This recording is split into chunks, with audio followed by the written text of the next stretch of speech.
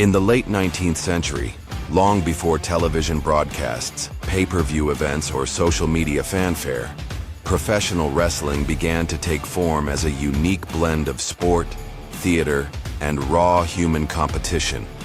It started in traveling carnivals and vaudeville halls, where strongmen and grapplers would compete for money and pride in matches that captivated curious crowds. These bouts, though often legitimate at first, gradually incorporated predetermined outcomes and choreographed maneuvers to keep audiences entertained, as promoters realized that drama and spectacle could be just as valuable as athletic ability in drawing a crowd. Wrestling evolved from a gritty, unregulated form of combat into a carefully produced performance that walked a fine line between authenticity and showmanship. During its earliest days, wrestling in the United States took influence from various styles around the world.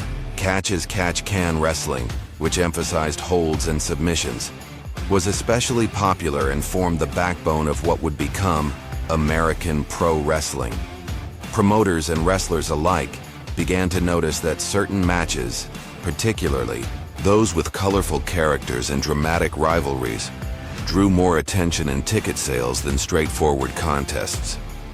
This realization gave rise to an era where charisma, personality, and storytelling became just as important as technical skill inside the ring. It was in this environment that the seeds of professional wrestling's unique entertainment identity were planted. By the early 1900s, figures like Frank Gotch emerged as some of the first national wrestling celebrities. Gotch, known for his rivalry with George Hackenschmidt, captivated the American public with a series of high-profile matches that blurred the line between sport and entertainment.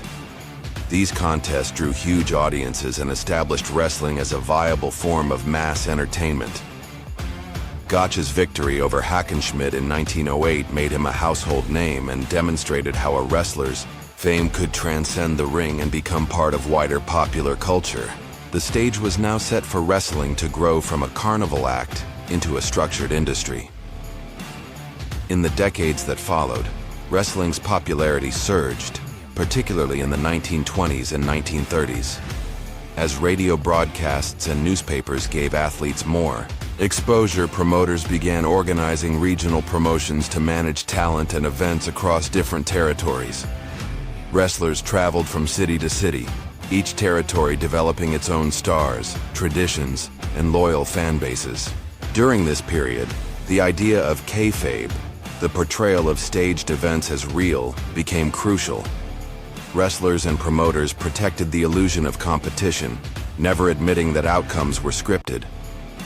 This secrecy helped preserve the mystique of wrestling and ensured that fans remained emotionally invested. As wrestling expanded across North America, local promotions began to cooperate and occasionally compete, leading to the formation of alliances like the National Wrestling Alliance, NWA, in 1948. The NWA functioned as a governing body, sanctioning championship titles and coordinating schedules among its member promotions. This system allowed wrestling to become more organized and ensured that top stars could be showcased in different regions. Wrestlers such as Lou Thesz became legendary, holding the NWA World Heavyweight Championship and defending it across the country. Thesz's reign solidified the championship's prestige and helped establish a national hierarchy within the wrestling world. Television's rise in the 1950s dramatically altered the wrestling business, transforming it from a regional attraction into a nationwide spectacle. With the advent of televised wrestling shows, promoters realized they could reach millions of homes, bringing their stars to audiences who might never have attended a live event. One of the early beneficiaries of this shift was Gorgeous George, a flamboyant bleach blonde showman who used his personality, style, and arrogance to generate both adoration and hatred from fans. His success proved that larger-than-life characters and dramatic storytelling could turn a wrestler into a mainstream icon. The marriage of television and wrestling marked the beginning of wrestling as entertainment, not just sport. Throughout the 1960s and 1970s, regional promotions continued to thrive under the NWA banner, each cultivating its own stars and storylines. In Texas, the Von Erich family ruled, while in Memphis, Jerry the King Lawler headlined Cards Week after week. Meanwhile, in the American Wrestling Association, AWA, based in Minnesota, stars like Verna Gang and Nick Bockwinkel built loyal followings. These regional promotions served as incubators for talent and innovation, shaping the development of in-ring styles, match formats, and character development. Wrestlers learned how to work the crowd, cut promos, and build long-running feuds that kept fans coming back. While the territorial system kept the industry stable, it also created barriers for expansion. That changed in the early 1980s, when a young promoter named Vince McMahon Jr. began buying up television time in major markets and acquiring talent from rival promotions. McMahon's vision was bold. He wanted to take wrestling national and present it as a mainstream form of entertainment that could rival movies, music, and sports. Rebranding the World Wrestling Federation, WWF, McMahon launched WrestleMania in 1985, a groundbreaking pay-per-view event that combined celebrity appearances, high production values, and epic matches. With stars like Hulk Hogan leading the charge, professional wrestling had entered a new era of pop culture dominance. Wrestling's transformation into a global entertainment juggernaut continued throughout the 1980s and 1990s. Cable television and syndication allowed weekly wrestling shows to reach millions of viewers across the country. Rival promotions like Jim Crockett Promotions, later World Championship Wrestling, competed fiercely with the WWF, leading to the so-called Monday Night Wars in the late 1990s. During this time, wrestling experienced a creative renaissance, with storylines that pushed boundaries and characters who reflected a more edgy, modern attitude.